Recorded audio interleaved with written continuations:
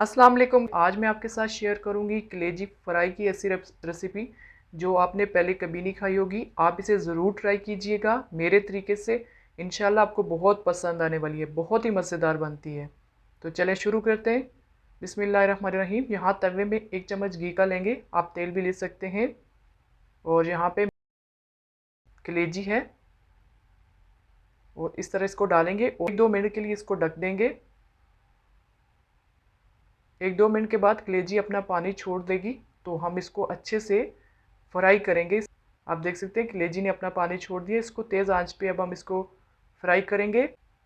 अब यहाँ पे फ्राई हो गया तो थोड़ा सा नमक डालेंगे इसमें। मैं आपको काट के दिखाती हूँ। आप देख सकते हैं कितनी नरम है, बगैर किसी मेहनत के बहुत ही आसान तरीके से,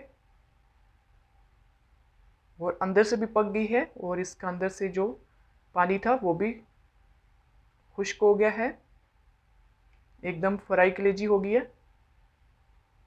अब हम इसको साइड पे रखेंगे और यहाँ देगची में 1 चम्मच घी का लेंगे और यहाँ पे मेरे पास है प्याज जिसको क्यूब में काट लिया था, और सब्ज़ शिमला मिर्च है, इसको भी इसी तरह काट लिया था, और यहाँ पे सुर्ख शिमला मिर्च है। अब इनको 1-2 मिनट के लिए फ्राई करेंगे।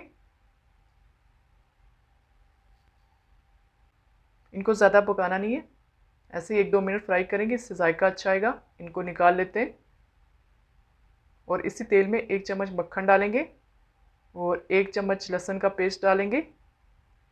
इसको ब्राउन करना अच्छे से।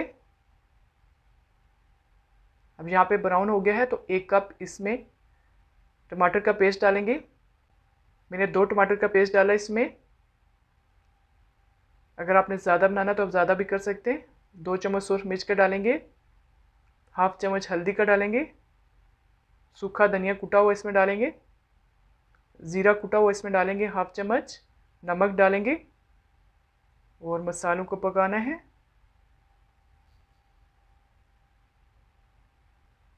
यहाँ पे देख सकते हैं मसाले पक गए हैं, तेल अलग हो गया है। तो इसमें जो फ्राई कलेजी थी इसमें डालेंगे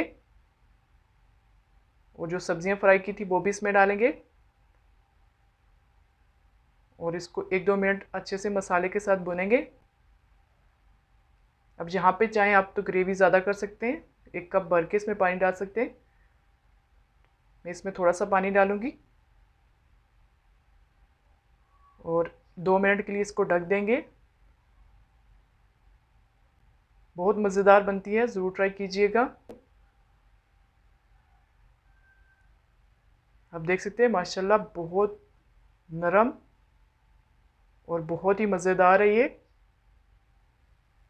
आप चाहें तो इसे नान के साथ भी ले सकते हैं, चाहे तो इस तरह भी खाएं, बहुत मज़ेदार है ये।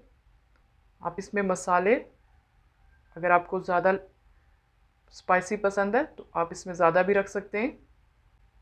उम्मीद करती हूँ रेसिपी पसंद आई होगी। मेरे चैनल को सब्सक्राइब करना